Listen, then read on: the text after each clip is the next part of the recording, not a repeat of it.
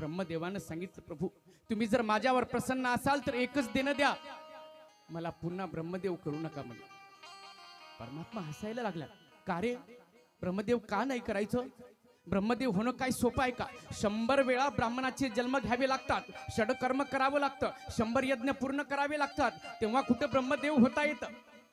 आणि आज तू तर ब्रह्मदेव आहे, तुझ्या पुढे जगाचा बाप उभा आहे, तुला मागायला सांगितलं तर म्हणते की पुन्हा ब्रह्मदेव करू नको. का रे, का नाही तुला ब्रह्मदेव व्हायचं पुन्हा? ब्रह्मदेवानं सांगितलं, हो देवा, मला पुन्हा ब्रह्मदेव करू नका. मला जर पुन्हा जन्माला घालायचं असेल तर माझा जन्म गोपाळाच्या रूपाने त्या वृंदावनात झाला पाहिजे म्हणे. देवा, अरे जे सुख ते गोपाळ उपभोगत आहे ना त्या वृंदावनामध्ये, ते सुख या ब्रह्मपदामध्ये नाही म्हणे. देवा देवा, जर गोपाळ करायचं नसेल तर नका करू, झाडाच्या जन्माला घाला, झाडाच्या, पण ते झाड वृंदावनातलं असलं पाहिजे, जेणेकरून तुमची संगती लाभेल आणि सुख प्राप्त होईल.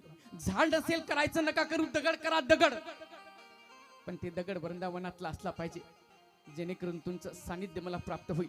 कारण तुमच्या सानिध्यात, तुमच्या संगतीत जे सुख आहे ते ब्रह्मपदात नाही म्हणे, ब्रह्मपदात नाही. एवढं चांगलं मागणं मागितलं ब्रह्मदेवानं. असं मागणं मागितलं पाहिजे देवाच्या पुढं. तसं तर मागायचंच नाही, आणि जर मागायची वेळ आलीच तर आलतू फालतूच्या गोष्टी नको. देवाकडं मागणं मागत असताना असं मागितलं पाहिजे.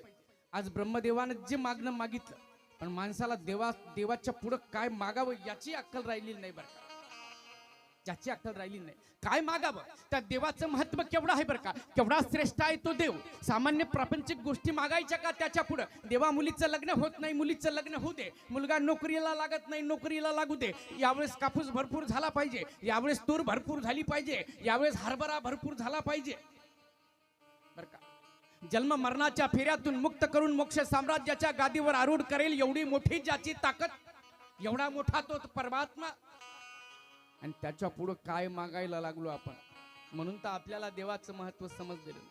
काय मागावं त्याच्या पुढं? मागायचंच नाही. आणि मागितलं तर मग असं मागितलं पाहिजे जसं ब्रह्मदेवानं, जसं ज्ञानोबा तुकोबा नाथ महाराजांनी मागणं मागितलं ते मागायचं आहे. नाही तर एका माणसाला देव प्रसन्न झाला बरं का, आणि आणि आणि सांगितलं, माग रे, काय पाहिजे म्हणे, मागून घे, तुला 3 वर देतो. त्यानं सांगितलं, खरंच देवा, तुम्ही मला 3 वर देणार? सांगितलं, हो माग. काही सुचत नव्हतं बरं का, बायकोच्या मनानं ऐकणारा असेल. सांगितलं, देवा थांबा, बायकोला विचारून येतो म्हणे. जगाचा बाप पुढे उभा आहे, मागायला सांगितलं, आणि हा म्हणतो बायकोला विचारून येतो. गेला घरी, बायकोला सांगितलं, अगं देव प्रसन्न झाला, 3 वर मागायला सांगितले, सांग पटकन काय मागू? हसायला लागली. खरंच बाईची जात बर का. आणि सांगितलं, देव प्रसन्न झाला. हो म्हणे, झाला, काय मागू? तिनं विचार केला आणि सांगितलं, माझं नाक चपटा आहे म्हणे, वाढून मागा. गेला बरं का धावत सांगितलं, देवा माझ्या बायकोचं नाक चपटा आहे म्हणे, वाढून द्या. देवानं तथास्तु म्हटलं. घरी पुन्हा धावत गेला, बायको स्वयंपाक खोलीत होती, नाक अंगणात होतं बरं का तिच्या. मग रागावले, सांगितलं, काही मागण्याची अक्कल बिक्कल ऐकते नाही म्हणे, जा कमी करून मागा. पुन्हा धावत गेला, सांगितलं, देवा नाक लांब झालं, कमी करून टाका. देवानं तथास्तु म्हटलं. पुन्हा घरी आला, नाकाचा पत्ताच नव्हता, 2 छिद्रच राहिले होते बरं. मग तर जास्तच रागावले. अहो, माणसासारखे माणूस, देव प्रसन्न झाला असं मागणं मागायचं असतं का? जसं होतं तसं करून मागा म्हणे. पुन्हा गेला, सांगितलं, देवा जसं होतं तसं करून द्या. जगाचा बाप प्रसन्न झाला आणि मागायची अक्कल नव्हती, परिणाम भोगायची वेळ आली. काय मागावं हे समजलं नाही की असं होतं बरं का, असं होतं. मग देवाच्या पुढं काय मागावं हे फार महत्वाची गोष्ट आहे बरं का. नामदेव महाराज देवाकडे मागणं मागताना म्हणतात, देवा मला जन्माला घालायचं आहे ना, माणसाच्या जन्माला घालायचं असेल तर भक्त कर, आणि जर माणसाच्या जन्माला घालायचं नसेल, एखाद्या दगडाच्या जन्माला घालायचं असेल तर दगड कर, दगड, पण त्या दगडाचा उपयोग तुझ्या मंदिराच्या पायरीसाठी झाला पाहिजे. दगड करीशी तरी रंग शिळेची मिशे, तुझे द्वारी वशे ऐसे करी. नाही का देवा, झाडाच्या जन्माला घालायचंय का? झाडाच्या जन्माला घाल, पण त्याचा उपयोग तुझ्या दारात झाला पाहिजे, तुळशीच्या रूपाने बरं का. देवा वृक्षाच्या जन्माला घालायचा आहे का मोठ्या झाडाच्या? तर मग त्याचा उपयोग तुझ्या मंडपाला खांब देण्यासाठी झाला पाहिजे. वृक्ष करीशी तरी मंडप मेखीचे निमिषे तुझे द्वारी वशी ऐसे करी.